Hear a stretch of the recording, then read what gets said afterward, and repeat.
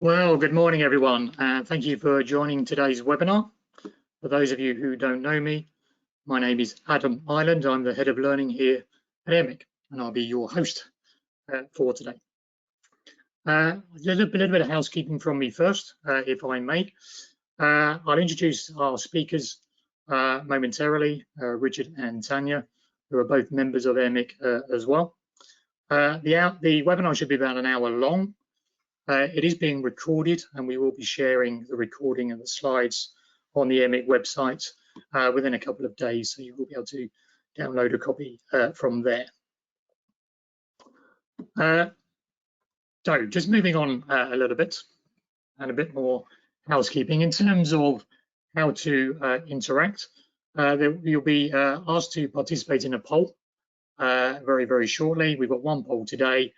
I'm really just keen to get your views on one particular very straightforward question regarding mentoring, but also on your control panel, there's a couple of functions just to point out to you. You'll find a questions tab, so do feel free to ask your questions and put them in there as we go through the webinar, and then we will be doing a Q&A with all speakers towards the end of the hour. Secondly, as well, at the top of your screen, just underneath the cameras, between the cameras of the speakers and the slides, you'll see three small bars. That will allow you, that slider button, to enlarge the slides or make them smaller as you see fit. I pointed out only that there is one slide where the diagram is fairly small, so you may want to use that function as well.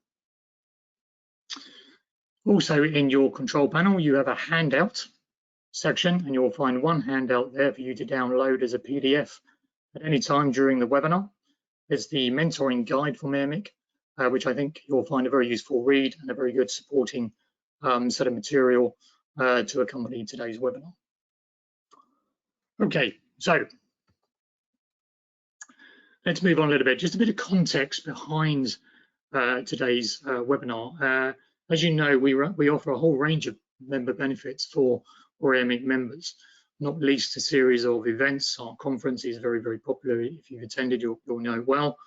A whole range of other events throughout the year. We offer obviously research and a number of publications where we provide thought leadership on a number of risk and insurance topics. We obviously lobby government and act as an advocacy body for our members with various groups and interests and stakeholders as well. And of course, we offer a whole range of learning and development sessions and events in various forms throughout the year for our members for their CPD. And it's that last point really where mentoring and the Amig mentoring scheme fits in. It's part of our L&D suite, our learning suite of opportunities for members.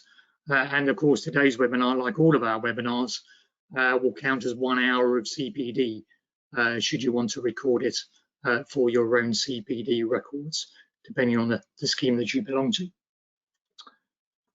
So in terms of our speakers today, you'll see them on camera there. Just to introduce them very briefly, I'm delighted to be joined by Richard and Tanya, who are, as I say, both members of Amig. Richard has been a mentor on our mentoring scheme since its inception in May 2019, and Tanya has been through the process as a mentee fairly early on after the scheme was launched. And I've asked Richard and Tanya to kindly come along, give up their time today, just to give the member perspective, both as mentor and mentee, in terms of their own mentoring experience as well. So during the hour, I'll stop sharing the slides, stop speaking, and I'll come back to Richard and Tanya, and we'll be having a chat along the way around some of the key issues around mentoring. Richard, as you can see, is formerly the Group Head of Risk Audit and Insurance at Thames Water.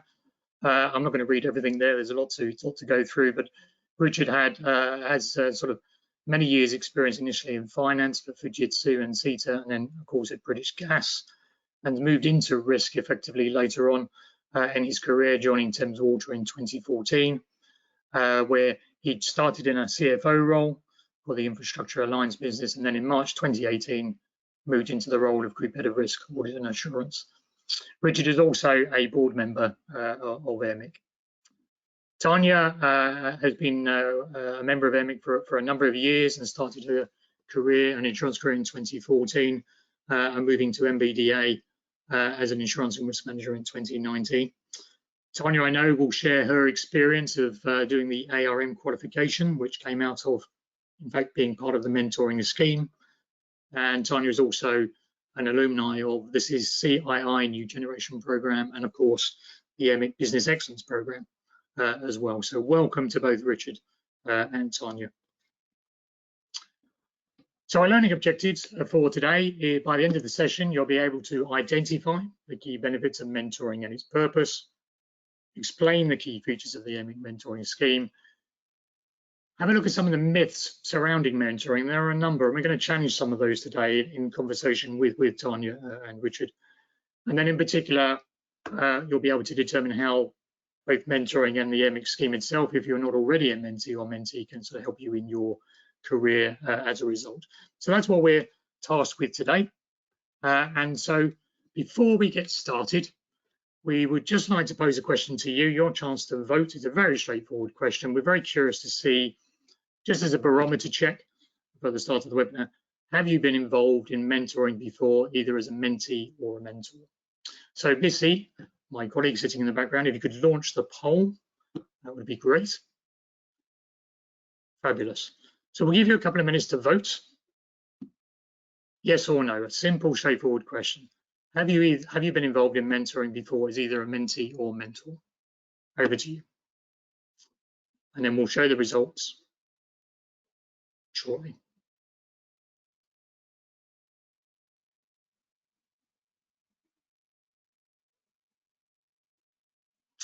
Okay, so a pretty even split there. So we've got 50-odd% saying yes, 50-odd% saying no. Okay, so that gives us a bit of a, as I say, a barometer in terms of the audience that we're chatting with today. And I'm sure those who have been involved before have various experiences of mentoring, and those who haven't probably are here today to hear about just what might be involved. So let's move on. Let's talk a little bit about the purpose of mentoring, and just a few minutes from me talking about both the purpose and the benefits of mentoring before I pass over to Richard and Tanya. So this chap, you will all know, he's probably one of the least likely sources of a quote on mentoring that perhaps you might expect, and rather unusual one, but I like what he says about mentoring. Denzel Washington, the actor. Show me a successful individual and I'll show you someone who had real positive influences in his or her life. I don't care what you do for a living. If you do it well, I'm sure there was someone cheering you on or showing the way, a mentor. And I think that really nicely sums up what mentoring is effectively about. And this is a further quote, which I'll let you read yourself, from Matthew Reeves, who's a CEO at Together, which is a platform for mentoring and indeed coaching. So I'll let you just have a quick read through that. But I think in particular, the top paragraph really sums up what mentoring is about. It's really about connection between an individual who has more experience than somebody else and who can offer that experience to effectively help an individual with their career in particular, with advice, with support, and a whole range of benefits, which we'll come into a little bit more. So really the evidence behind mentoring and its purpose is pretty clear. Just sort of share some stats with you. CNBC did a survey last year that said 90% of workers who have a mentor report being happy in their jobs, and there's clearly a correlation between mentoring and the support that it provides and job satisfaction and employee engagement as well. Mentor Click did a survey this year, and clearly there's also a correlation between mentoring programs, particularly in organizations, and employee retention. And I thought that the stat of 93% of mentees believing their mentoring relationship was useful was certainly worth highlighting. And it's possible that 50% of you that voted to say you have been involved in mentoring schemes before may well be part of a scheme in your own organization. And the beauty of the Amig mentoring scheme is that it can sit nicely alongside that. But I'll come to that a little bit more later. I thought this was a particularly interesting statistic. It just sort of highlights the impact of the pandemic that we are sort of really coming out of now, but that 2-year period more or less. We saw an increase of 30% in mentoring initiatives at organisations. Organisations started to realise the benefit mentoring really could provide professionals in their careers, particularly at a difficult time when people were working so remotely. Another stat here. This thing about retention again, CNBC were effectively saying there's a strong link between the value of mentoring and employee retention. But I put this stat in particularly because it emphasises that workers at every level, whether they're manager, senior manager, VP, can all go through mentoring. They can be mentors or mentees, and you'll find that very senior managers themselves are mentees and have their own mentors, possibly outside of their organisation. So whatever the level, you can benefit from mentoring. And then just the last one, Donald H. Taylor is a very well-known voice in the sort of the learning space, and every year there's an L&D social sentiment survey, and you can see from the data there that the mentoring is growing more and more popular. It's climbing the ranks of one of the most popular learning interventions that organisations are employing or individual professionals are sort of undertaking. And so I think the evidence is clear that mentoring could be a good part of your arsenal of tools, if you like, for professional development. Okay, so we're just going to move on to the benefits of mentoring, and I'm just going to stop sharing my screen. And I'm going to come to Tanya and Richard. If I ask you to come back on camera. Thanks, guys, and welcome again to the session. So let's start talking about the benefits really, and we'll come to both of you in due course. Obviously, Richard in the capacity as a mentor on the Amig mentoring scheme, and Tanya as a mentee. So Tanya, I'm going to start with you first, if I may. Just why did you become a mentee? I became a mentee because I'd had a career in insurance, and risk was something new to me in my new position, and I felt that it was something that would give me more confidence in an area that was really new to me. So that was my initial motivation. Okay, and we'll come on to your experiences of it effectively. Richard, you joined as a mentor with all of your years of experience. Again, because there are benefits which again we'll come on to for both mentee and mentor in mentoring. But Richard, what interested you in becoming a mentor? Well, I've had mentors in the past in my career, helped me to progress, helped me to think things differently, and it's useful just to sort of pass that back on to others, to give others that sort of level of support and guidance that I had earlier in my career, both moving into a more of a risk role, but even before that in a finance role. Just those sort of some of the softer skills, some of the more skills that are harder to learn from a classroom. It's more that sort of challenging and sort of self-reflection things that a mentor can sometimes help with. And so you've been a mentee as well as a mentor, so you've seen both sides. I've quite a few really good mentors in my past that helped me, and again that's why I want to sort of help, almost give back some of that going forward. I think that's one of the key benefits for all mentors is of becoming one, is to give back to the profession that has lent you so much, if you like, during your career. Tanya, coming back to you, from a mentee perspective, what do you see as the key benefits of mentoring? I think confidence certainly is a major benefit for doing a mentoring scheme. Just that ability to utilize somebody else's experience that has been in the industry for so many years and that has gone through the challenges that you're currently facing. So certainly those were the biggest benefits, I think, for a mentee coming in. And it doesn't take that much. It doesn't take any time at all. It's quite flexible, which is nice. So, I've actually done mentoring previously for the insurance side under the CII, and I find that everybody's quite different. Everybody has different demands, in their personal life or professional life. And one of the benefits, I think, is that it is very flexible and it works around both the mentee and the mentor. So. And you know, I think this is a key thing. I think you were saying to me before we started today, you joined the ARM qualification as a result of your mentoring experience. I did, yes. I'm very into studying and continual development and learning. And one of the first conversations I had with my mentor was around what qualifications, risk qualifications were out there in the market. And she was so useful in identifying all of the ones we spoke through, the benefits, what my ultimate goals were, what I was looking to achieve. And I was quite lucky because I'm working towards my CII fellowship, and the course that I chose, the ARM, I can actually use as my major achievement. So it ticks 2 amazing boxes. But yes, and the continued support throughout my studying from my mentor was so beneficial to me as well.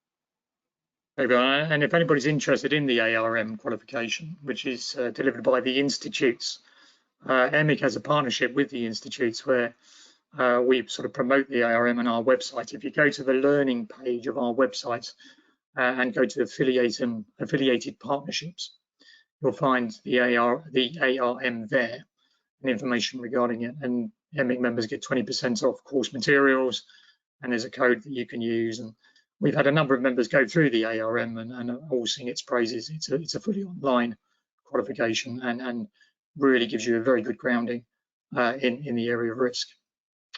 Okay, thanks, Tanya. Richard, over to you. What do you think of the sort of, from your perspective as a mentor, the key benefits of mentoring?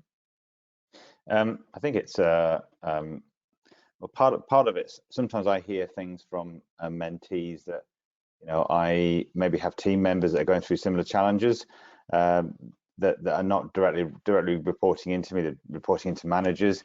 So some of those things do help me to think through how others are coping, how others are sort of progressing, or some of the key challenges there.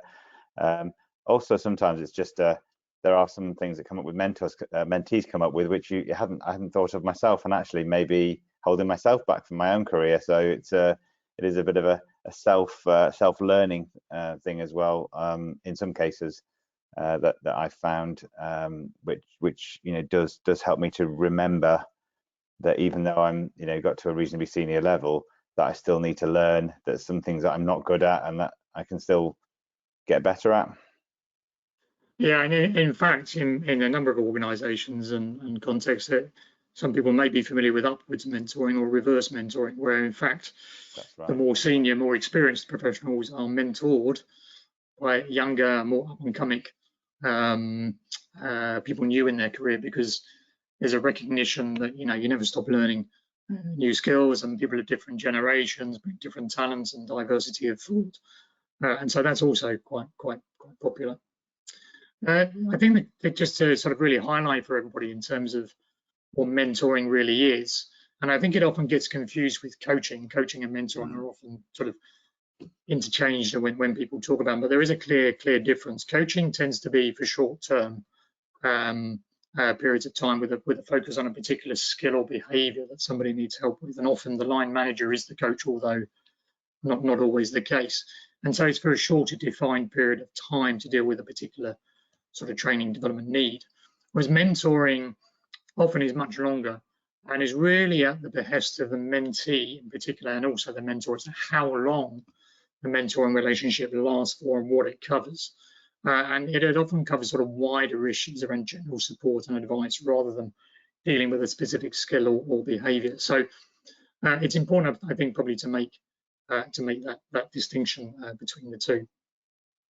Okay, well, if we carry on with sort of looking at the benefits of mentoring, I'm just going to share my screen again.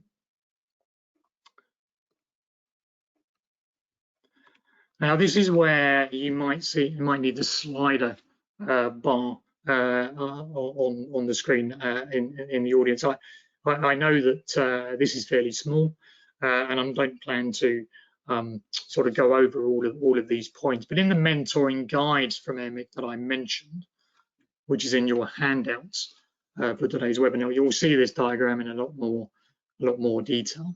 And I think that, the bit there on the left of the diagram really reiterates what I've just said, that, mentoring is largely a self-managed process. And certainly when it comes to the Amig mentoring scheme, it's a very light touch from Amig. The mentoring scheme, which I'll talk about its features in a moment, is fully online. And we at Amig really act as the conduit or the vehicle to introduce mentor and mentee. And then we leave it to both parties to really develop the relationship. We provide a lot of resources and guidance to help you do that, but it's very much in the hands of the mentee and mentor as to what they take from the relationship. And I think that's one of the beauties of mentoring. You make of it, and you make it what you want to. So you'll see in a bit more detail there. Some of the benefits listed are for the mentee: practical advice, encouragement, and support. Tanya mentioned an increase in sort of confidence. You might also develop your own sort of communication and personal skills and the softer skills that Richard referred to. Whereas for the mentor, it's about giving back to your profession. You will continue to build a network of colleagues as mentor by getting involved in mentoring schemes. You will pick up new skills, learn new behaviours yourself. And so there's a whole variety of benefits there. We've got 10 listed in total there for both mentee and mentor. So mentoring, again, to reiterate, is really about both parties taking something from the process. So let's just introduce you to the Amig mentoring scheme. If you're not familiar with it, we may well have some mentors and mentees on this webinar today, but just to introduce you to how it works and its key features. And then really I'm going to come back to Richard and Tanya to sort of talk to them around their experiences of being part of the scheme in a little bit more detail. So you may be familiar with the Amig professional journey. If not, I'll explain it very, very briefly. When it comes to learning at Amig, our goal really is to provide learning opportunities at every level, every stage of someone's career. So whether you are at the entry level, you're very new into the profession, or whether you've been in the profession for many, many years and you are, level 5 or thought leader, or somewhere in the middle, the way that we frame the learning activities and workshops and webinars that we provide, our conferences and our events, really sort of are aligned to this professional journey so that you are able to pick and choose what works for you best at that stage of your career. And although members can join any learning event that appears on any of those 5 levels, the idea here is that as you go through your career, you can build on some of the opportunities that Amig provides you as a member. And I flag this in particular because mentoring is part of that. And we find typically, if you're at levels 1 or 2, perhaps in your career, you're more often than not going to be a mentee, and you might join the Amig mentoring scheme in that capacity. Whereas if you're perhaps starting, maybe at level 3 or higher, that's when becoming a mentor really might add something to your toolkit and provide you with the benefits that Richard was effectively just mentioning. So if you turn to the Amig website, the place to find the mentoring scheme is under the Learning tab. You'll find at the top, and if you click on there, on the right-hand side of the screen, you will see a tile, a square that relates to the mentoring scheme. And if you click on that, you'll find out the initial information about what it is effectively there to do. And also, if you click on the More Info section there, that will tell you more about how you actually do it. And where it will take you is to a screen that will allow you to register, either as a mentee or as a mentor. Now, as I say, that the scheme is fully online, and people will often meet over Zoom and Teams as well. But you can, of course, meet in person. And of course, as we come out of the pandemic, face-to-face meetings are often perhaps even more productive, and people often prefer those to online meetings. But you can also do a video chat within the platform itself. So you don't have to use Zoom or Teams. The platform, once you're signed up, has this video chat function as well. So once you've registered as a mentee or a mentor, and at the moment we have something like 80 mentees on the scheme and 35 mentors, so a pool of 35 mentors to sort of choose from. Once you're registered, you're asked to complete a profile. So you create your account and then you complete the profile as either a mentee or as a mentor. And what that profile, like many systems, allows you to do is to put in the information regarding your experience, your current role, what you currently do, and what you're seeking perhaps is in a mentor, as a mentee. What is it you particularly want to know about? And as a mentor, if you complete your profile, that's effectively the information that will provide the mentee with the ability to find a match. And once you've completed your profiles, the system will automatically match the mentee with the mentor. And as a mentee, you can pick and choose which mentor you would particularly like to go into a mentoring relationship with. And the system will allow you to contact that mentor through the system. And the mentor then has the capacity to either say, yep, or indeed no. Now, they might say no because they've got 3 or 4 other mentees and it's an issue of workload and capacity. Or it might be that the mentor feels, having looked at your profile, actually, I'm not sure I can help that individual. And if that's the case, then the mentee will just effectively go and find another mentor. But what is key is the detail that you provide in the profile. The more detail that you provide, the better the match, if you like. So once that process starts and you've been matched, then what you'll also find on the system are a number of resources as mentee and mentor, including the guide that I've referenced already a couple of times in your handouts section on your control panel. But also you will find a mentoring code, a code of practice for how to go about the mentoring relationship. You'll find a mentoring agreement, which you can sign as mentee or mentor. Don't panic, it's not a legally, contractually obliging agreement, but it's something that just really lays down what it is that you want to get out of the relationship as a mentee and as mentor. And it allows you to set some goals and some objectives for the mentoring relationship. You might also decide in that agreement how many times you're going to meet, a year, every month, whatever it may be, and in what form, virtually or in person, and so on. Other resources include how to do a SWOT analysis on yourself, how to write SMART objectives that you might want to share as a mentee with a mentor. So there's a long list of resources for you to call upon. And I would really encourage you to do that if you do start on the mentoring scheme, or indeed if you're on it already and perhaps haven't made use of those resources, and do look out for them. So the mentoring journey effectively is, as I said, is that you register as either mentor or mentee, and there's an onboarding process. You create your profile. The mentee undertakes a mentor research, and that request can be accepted or declined by the mentor. Once the relationship is effectively set up, then you arrange your first conversation, you define those goals, you set up your meetings, and as the mentoring sort of journey goes along, you complete the goals, and then you may decide effectively then at the end that, right, okay, I've achieved what I wanted to achieve out of this mentoring relationship, and we're going to agree to end it. And then you might go and find another mentor for another reason. One of the most common questions that we get around mentoring is, well, how long does the mentoring relationship last? And the question, and I'm going to sound like a politician here, is it depends.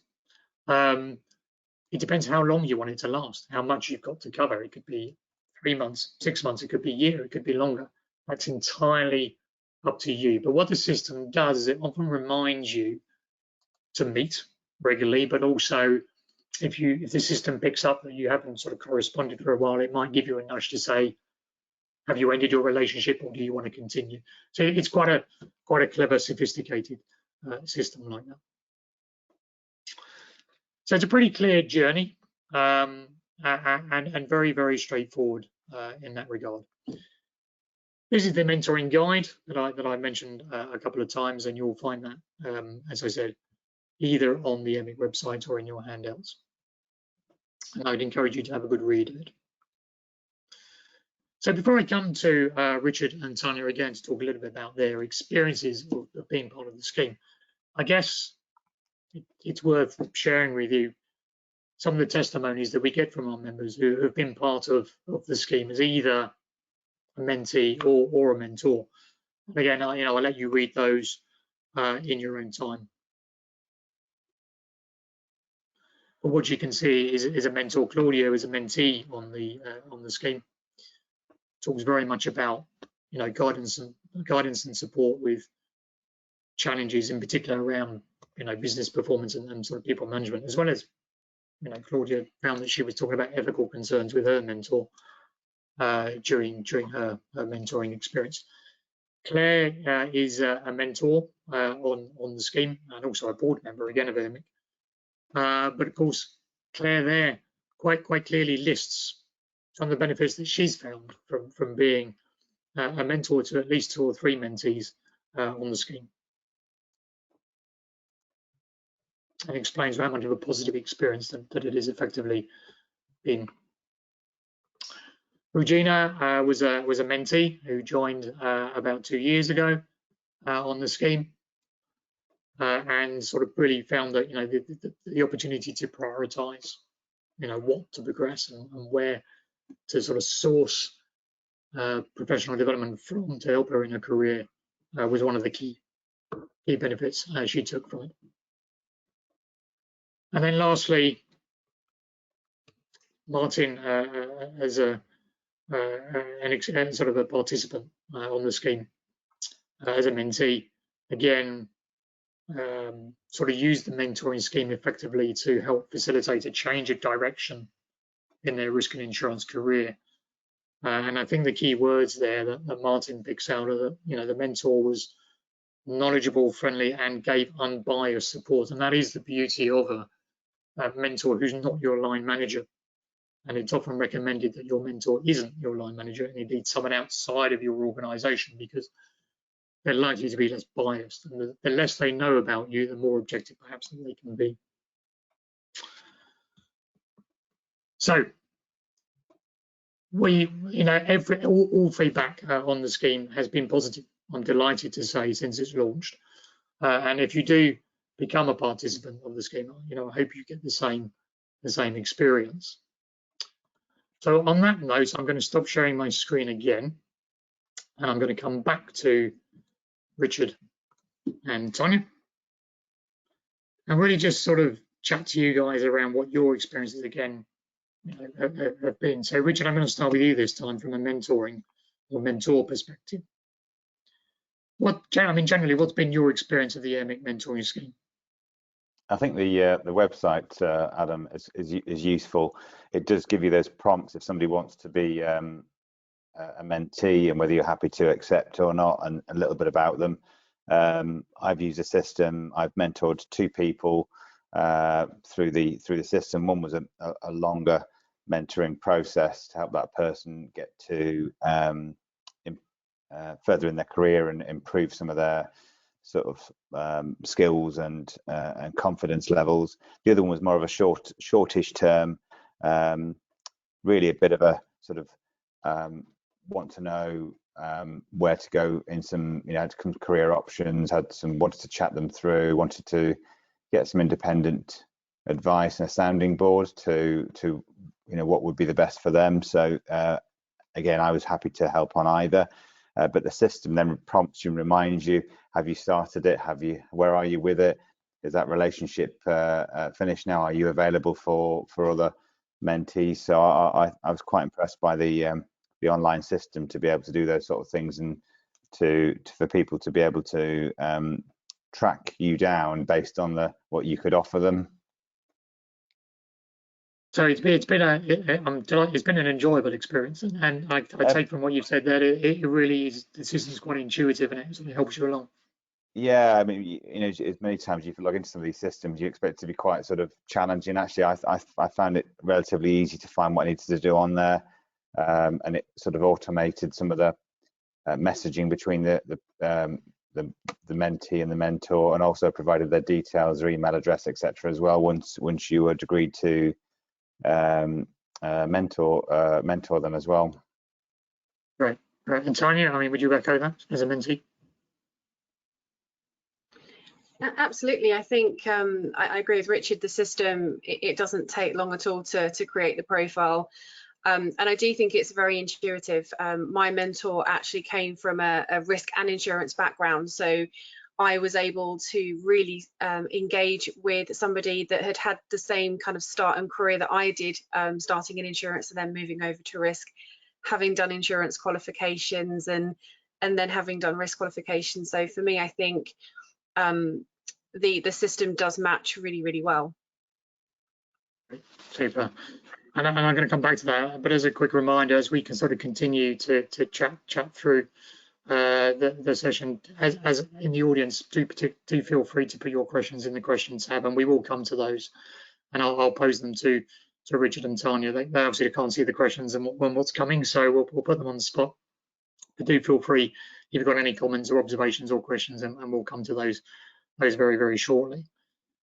We were talking there, Tanya, about sort of experiences and so on. I mean, and I know you alluded to this a little bit earlier, but how in particular has being part of mentoring and the mentoring scheme helped you in your career? It's been invaluable. I think being able to have access to a mentor who has, as I said earlier, faced a lot of the challenges that I'm facing new coming into the industry. I work in-house, so there's a very small risk and insurance department. You know, there's a few of us. So what I don't have is what we may have had in the insurance world, where there is a lot of resource available, and we don't have that. So being part of the scheme has allowed me to completely immerse myself in the world of risk. We spoke about the ARM qualification earlier. I've been really fortunate. I've been able to support the Lloyd's Future Minds program a couple of years ago. I think it was on reputation. And also the Business Excellence program. I was able to do that, and subsequently I've joined the Amig L&D committee as well. So it's opened up a lot of doors, and it's really helped, as I said earlier, my confidence and the ability for me to network. Brilliant. And you sort of referenced there the Future Minds program from Lloyd's. If again in the audience, if you're unfamiliar with what that is, Lloyd's Lab really focuses on innovation in the industry, and 2 or 3 times a year they run cohorts of professionals and invite professionals to be part of groups to sort of lead the thinking and thought leadership in key areas. And we have a very strong relationship with Lloyd's here at Amig, and we often use our pool of business excellence delegates as a source of sort of passing on the invite, if you like, to our members to join those Future Minds cohorts, and many members have indeed done that, like Tanya. Again, you mentioned the Business Excellence program, which is probably our most popular program actually here at Amig, and it runs once a year over 12 months. I mean, Richard, you've very kindly spoken on the program twice for me. And the beauty of that program is it takes the risk and insurance professional outside of the risk and insurance space and sort of widens their perspective and awareness of the machinery of business, really, through a risk and insurance lens, but allows, I mean, the real focus on it, the golden thread through the program is what can create and destroy business value. And then we make a very strong link between that and risk and insurance. And, you know, I mean, this is not a webinar about the Business Excellence program, so I won't labor the point, but you know, there are 6 modules that we go through around corporate purpose, finance, people and people risk, information and technology, corporate governance, and what have I missed? And business models in particular. So again, if that's something that you know is of interest, that's on the Amig learning page on our website as well, and we will shortly be announcing dates for the 2023 program. There is a waitlist already, such as its popularity. But I think the point there is the connections that are made from mentoring as an experience as a mentee that sort of open doors, as you said, Tanya, that perhaps might not otherwise have been opened. Absolutely. I don't think I would have certainly looked at doing the ARM course or getting involved in any of these, because when you're new into an industry, I think and into a new role, you focus very much on what's ahead of you, and actually having that long-term thinking and thinking about your long-term career aspirations doesn't always come to the forefront. Highly recommend the Business Excellence Program. I do have some very interesting books on my shelves now, from finance and corporate governance to Netflix. So yes, it was a fantastic thing. And just going back, Adam, to the length, I mean, I'm really fortunate. I've built up a really good rapport with my mentor, and we did the official mentoring for about a year. And we still meet once every 3 months or so, just to have a catch up. So she's always on hand, ongoing, and I think hopefully that will be throughout my future career. And maybe in a few years' time, I'll be in a position to, as Richard was saying, give back and sign up as a mentor, and hopefully that's the cycle that we'll have in the program. Yeah, I mean, that's great, and it's a great point you made. That it is a cycle. Mentees then often become mentors, as Richard was explaining earlier, and you can be a mentor and a mentee at the same time. I mean, nothing to stop you doing that and really realise the benefits of mentoring. Richard, I'm going to come to you.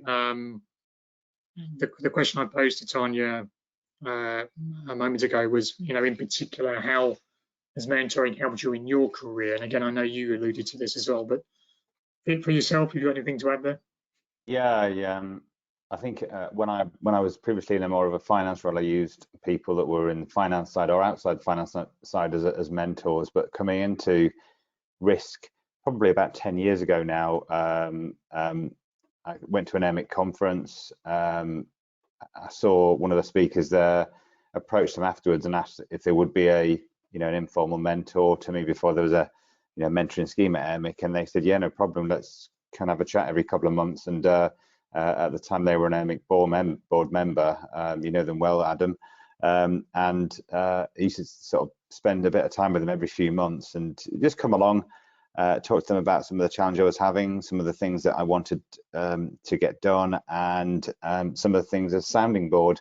And that really sort of helped me in my career within risk, to have somebody there who was much more experienced than I was, just to sort of test theories with, to try and sort of use as a sounding board, but also to get a bit of advice from as well.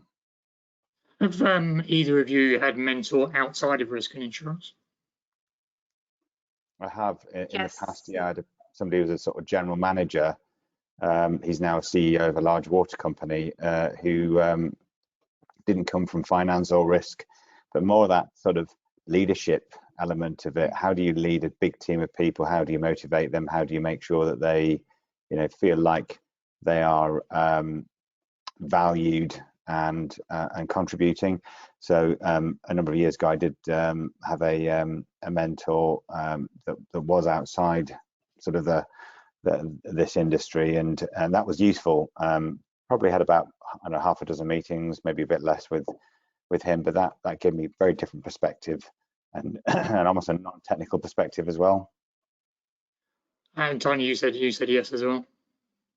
I do, yes. I'm really fortunate. My employer has a mentoring scheme for all new starters, which I think is great for me, because I have what I do for the CII as a mentor. I have a mentee, being a mentee for Amig, and I'm also a mentee in my business. So I think that gives me an all-round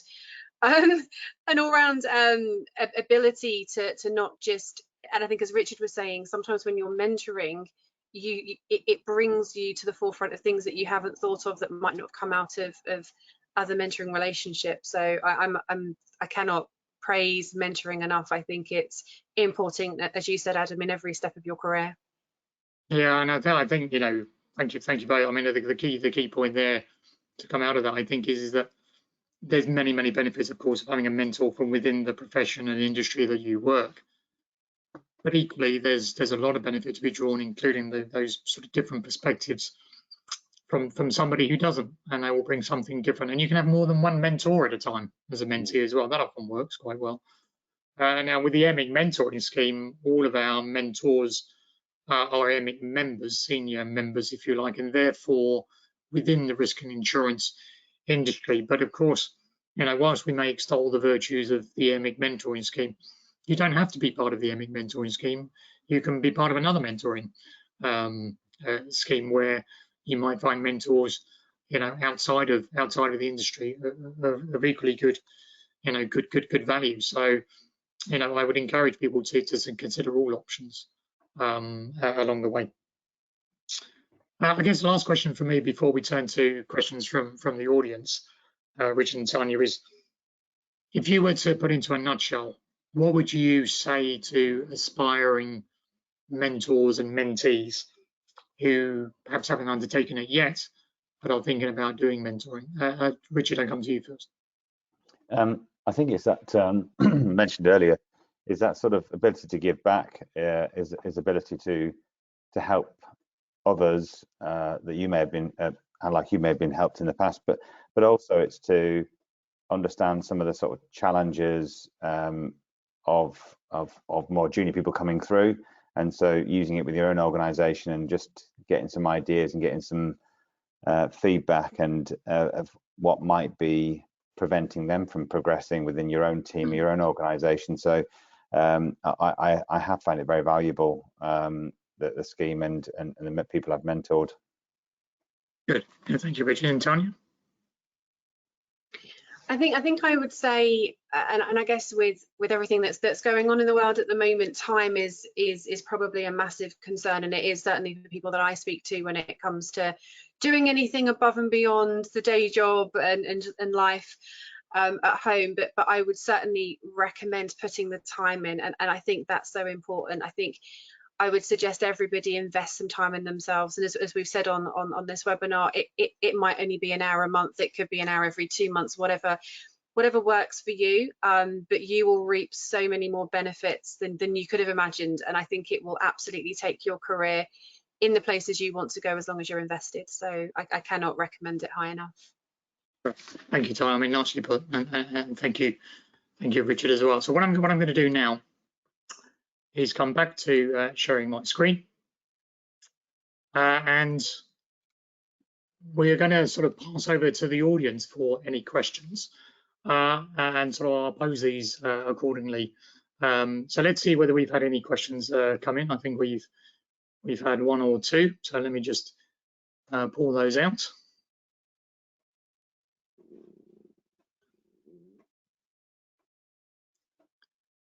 Maybe I should have mentoring around how to do two things at once. There we go. Right, question from Marina. Thanks, Marina.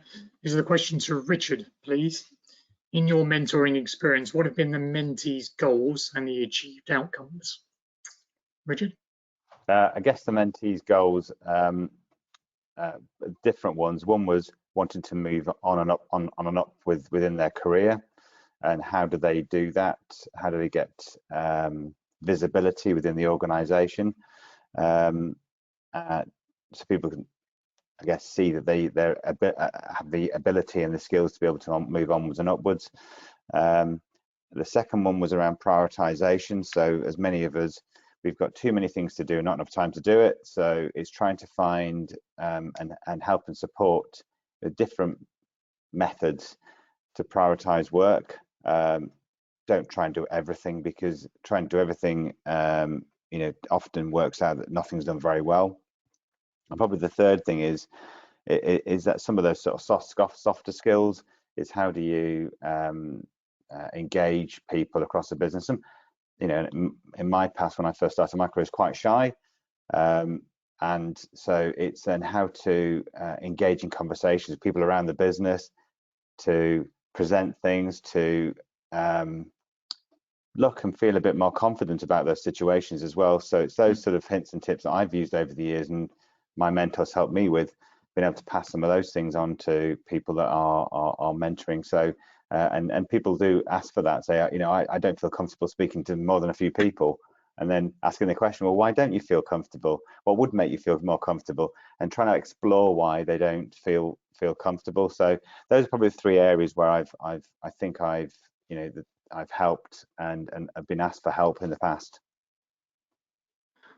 So super, thanks, Richard. And sort of one thing that jumped out for me there, particularly in terms of what you said there, is that we often hear from our members, throughout the year, one of the key skills and indeed behaviours that they really want to develop is this ability to influence at board level, and to present not only themselves but risk management in the greatest possible light, and to gain influence and convince the board. And I think it's an age-old problem for risk, although it's a relatively new profession, that need to influence at board level. You know, it affects every profession in some regards, and it depends very much not only on the individual but the board and the audience as well. And I think, certainly speaking to a number of our mentees, and indeed our mentors, one of the things they've really taken away from the mentoring relationship is that, you know, some ideas and some takeaways around how to influence different stakeholders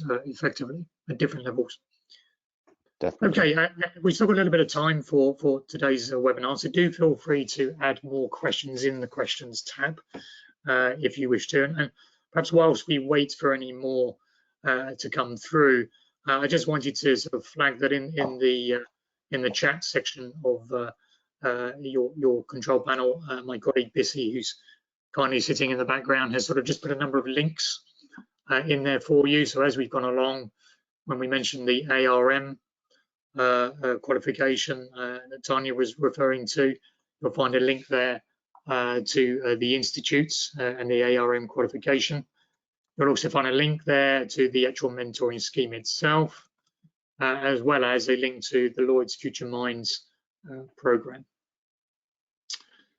So I'll just give a few more seconds to see whether any other questions come in. Do feel free, please, to ask them, anything that you want to ask while we've got Richard and Tanya to hand.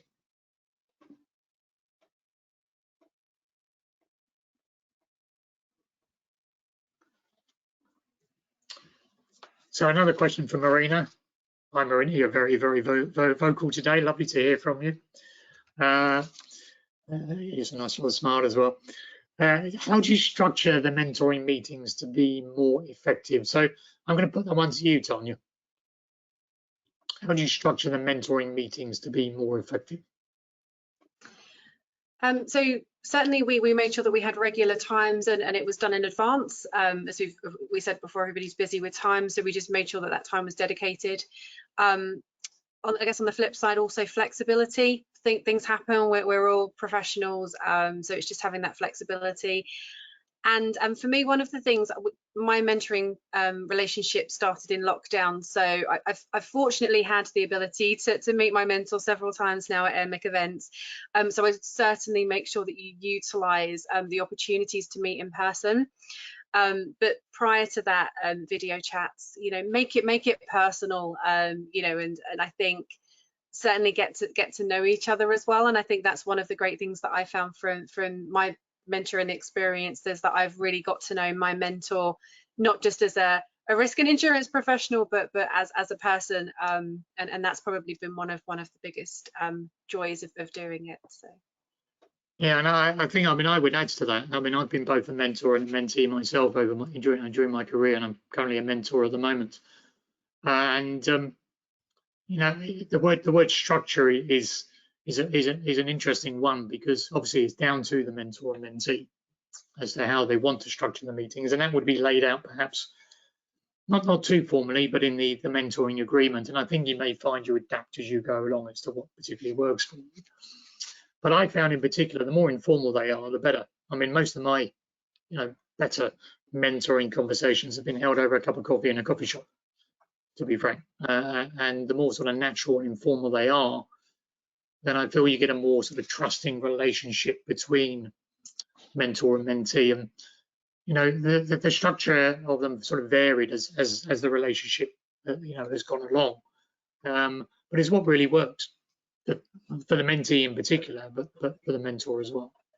I think I would also add, I think.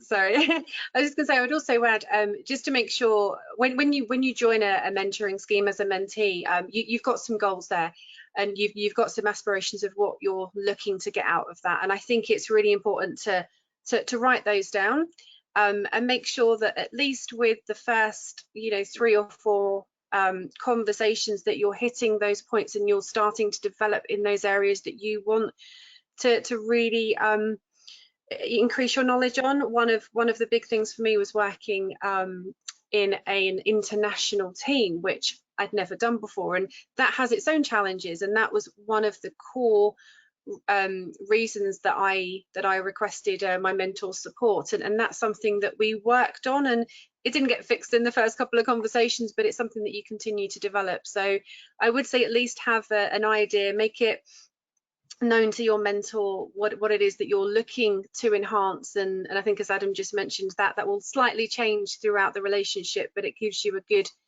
basis going in, so you can really focus on the areas that you'd like to. And I think one of the key skills of mentoring is to really, yes, as you say, set those goals, but have an open mind and be flexible enough to maybe steer off in a different direction if that's where the conversation takes you. Don't be so beholden to those original objectives that you're so stuck that you think, well, I'm not covering what I was initially supposed to be covering. Richard, I think you were about to say something as well. Adam, what did you say? Sorry, I think you were just about to jump in there as well when Tanya came in. Was there anything you wanted to add? Pretty echo and say a similar sort of thing to Tanya just said, is having that sort of almost honest look in the mirror. Is why do I need a mentor for something? You know, what will it help me with? And then talking to the mentor to say, actually, I'm not very good at this, or people are reacting badly to this. You know, what am I doing differently? What am I doing wrong? That's causing that. And having those honest conversations, because the mentor, you know, they don't work for the same organization as you. They don't probably know some of the people that you know. That you can have those honest conversations and say, actually, this person reacted quite badly when I presented in this way. And having that conversation with a mentor sometimes is very, very useful. And I know in my past with somebody who I was mentoring wasn't quite hitting the mark in some of their presentations, and so we sort of talked through, well, why was that? You know, what were you saying? What were you doing? How were you presenting it? So it wasn't quite hitting the mark and getting the reaction you were expecting. And I think some of those conversations are the most richest conversations you can get out of this, because that individual then hopefully learns something along the way and can adapt their style with some of the suggestions and support from a mentor. As mentors, we're not always right, but we've got some hopefully a bit more experience to be able to sort of say what worked for us and what didn't work for us in the past. Sure. And I think, you know, a lot of those stories and anecdotes and experiences, that's really what people, you know, learn a lot from. I'm a huge believer in storytelling as part of the learning process. And I think if there's an intervention in learning that really allows you to learn from stories and anecdotes, it's mentoring. You know, you're talking with somebody as a mentor who's actually been there and done it and sort of had that experience. Okay, so I'm conscious of time. We've got just the last few minutes left. There are no more questions that have come in from the audience. So it really just sort of behoves me to go back to our learning objectives for today, where we were sort of aiming to look at the key benefits of mentoring and what it's there to do in terms of its purpose. We've looked at the key features of the Amig mentoring scheme. We've sort of tried to burst some of the myths around mentoring, such as the time and the commitment involved, for example, and also the ease with which, you know, schemes like that of Amig, where the mentoring scheme is, you know, very easy to use. It doesn't need to be clunky. It's really there to act as a facilitator, if you like, between mentor and mentee. And then also we've talked at some length, I think, around how mentoring and the scheme itself at Amig can help you perhaps in your career as a mentee and as a mentor. So I just wanted to just remind everyone that a copy of the recording for today's webinar, which will include the slides, will be available under the library tab of the Amig website. You'll find a whole range of on-demand webinars in there by subject across, you know, Amig Live, our academy, our fast track programs, and really that's a great sort of depository of content for you to call upon as a member. And you'll find this webinar and this recording in there certainly by the end of the week. Yeah, as I said, there'll be an hour of CPD. If you do want to claim your CPD points, make sure you put on your CPD log that you've attended this webinar. As we close the session, there will be a short survey. It will take you 2 minutes at most to complete. We're always interested in your views on our webinars and our sessions, so do please feel free to add that before you to fill that out before you leave the session, and it'll be much appreciated. So, you know, my last thing to say really is thank you to you as an audience for joining us today, but also in particular my thanks to Richard and Tanya for giving your time up. I think it's always great that we have fellow members on our webinars to share those experiences, and thank you both for giving your time up today and also just sharing your perspectives and your experiences. And that's it for today. So thank you for joining, and as I say, complete the survey if you would as you leave the session, and I wish you a very good day for what's left of it. Thanks very much.